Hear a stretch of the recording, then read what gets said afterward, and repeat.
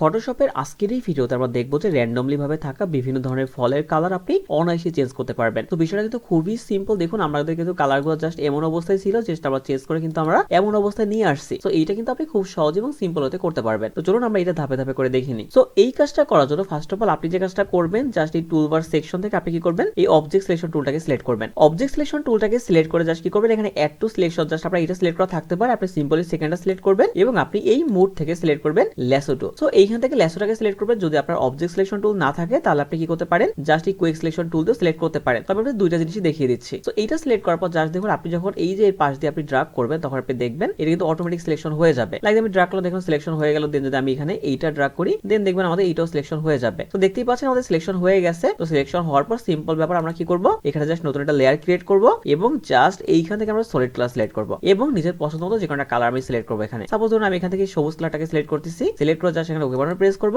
এবং আমি blending মোডটাকে change করে এখানে করে দিব আমি কালারে। তো যখনই কালারে করলাম তখন আপনি দেখতেই পাচ্ছেন ফলের কালারগুলো কিন্তু খুব সুন্দর হতে চেঞ্জ হয়ে গেছে। এবার যদি আপনি জাস্ট এই অবজেক্ট সিলেকশন টুল দিয়ে সিলেক্ট করতে চান তাহলে সেম পদ্ধতি আপনি ফার্স্ট অফ অল কি করবেন, দেখুন এইভাবে সিলেক্ট করবেন, দেন সেম ভাবে লেয়ার অপশনে যাবেন এবং আপনি কি করবেন, এখান থেকে যে কোনো একটা কালার আপনি চেঞ্জ করে দিবেন। লাইক ধরুন এবার যদি আমি এখানে জাস্ট অন্য একটা কালার রাখি, সেটাও কিন্তু আমরা করতে পারবো। লাইক আমি এই কালার রাখলাম, দেন আমি এখানে ব্লেন্ডিং মোডটাকে চেঞ্জ করে আমি এখানে কালার করে ফেললাম। তো কালার করার পর দেখতে পাচ্ছেন এটা কিন্তু কালার চলে আসছে। তো আজকের জন্য এতটুকুই, দেখা হচ্ছে সম্পূর্ণ নতুন কোনো ভিডিওতে। ততদিন পর্যন্ত আমার সাথেই থাকুন। ধন্যবাদ।